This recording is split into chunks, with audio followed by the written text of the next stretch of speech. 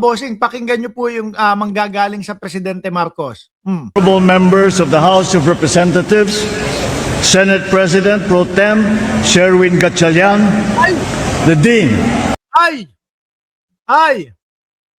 Lalo ang saklap niyan. Yung mga land bank, mga pagpirma ng sweldo ng mga Senate staff, ng mga OSA, nandun na kay Win Gatchalian.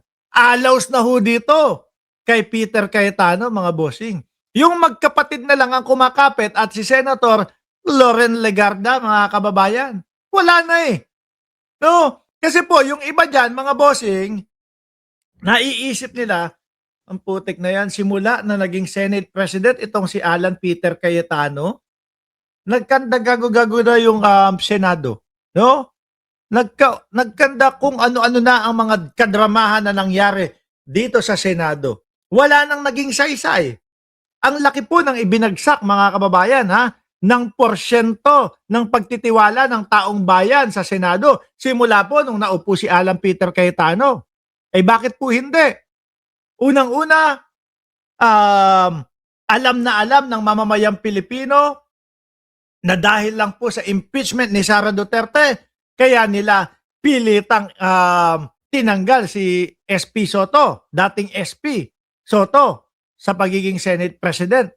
At saktong-sakto po sa araw, mga kababayan, nung pagpapalit nila ng Senate President at ilagay si Cayetano bilang Senate President, noong pong ibibigay na, iaabot na po ng Kongreso sa Senado yung article of impeachment. Tapos sasabihin nila sa mamamayang Pilipino, nako, ito pong pagpapalit ng SP, hindi naman po ito patungkol o hindi naman po ito para sa impeachment eh. Ito ay kumbaga ayaw lang namin ng pagpapatakbo ni SP Soto. Eh di wow. Ano?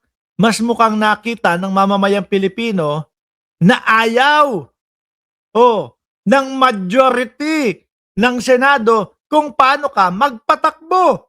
Dahil ang pagpapatakbo mo, merong pagpapatakas dito kay Bato de la Rosa.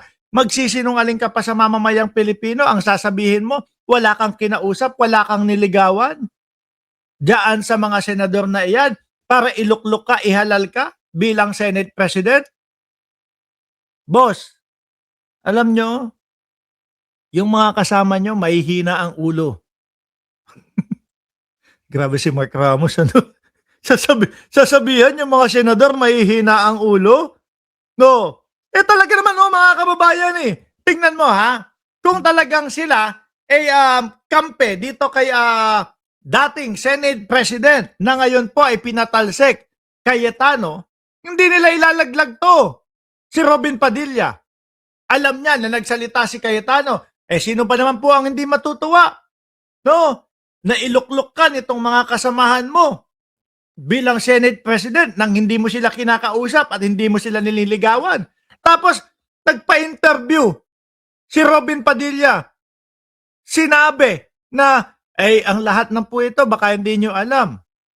May pagpa-meeting po si Alan Peter Cayetano, tumawag sa akin.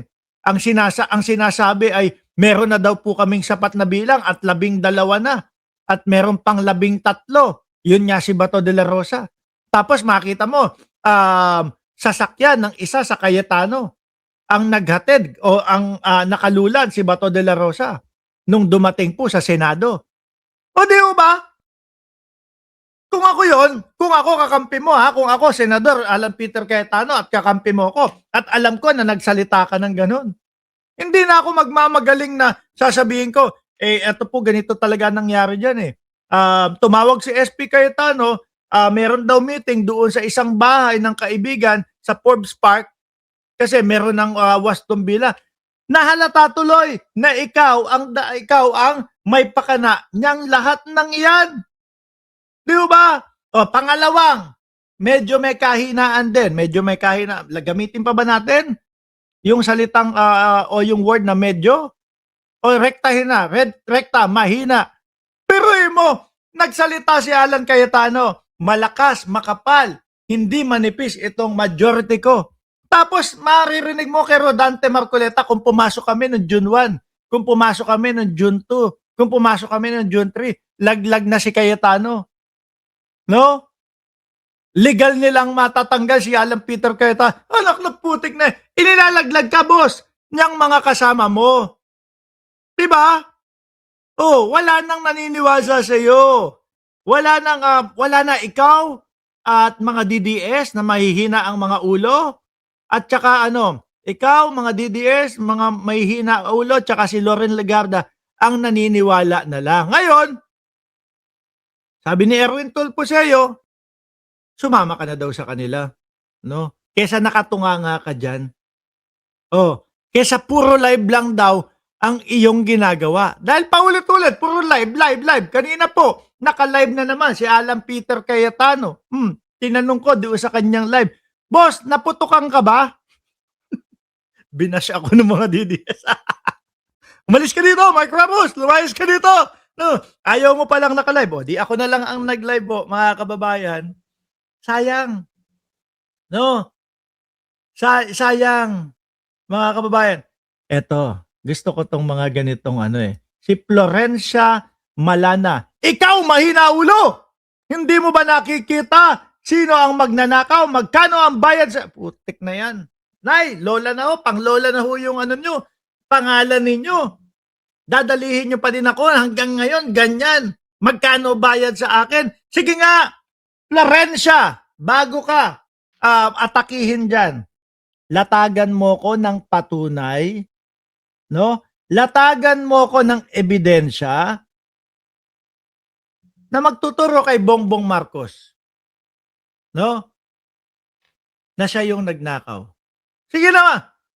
Ang tagal na namin hinihintay sa inyo, mga DDS. Oh, puti na mga bulbul ninyo hanggang ngayon. Wala pa din kayong mailatag sa amin na mga ebidensya. Laging paulit-ulit sinasabi nyo sa amin na magkano bayad sa iyo. YouTube.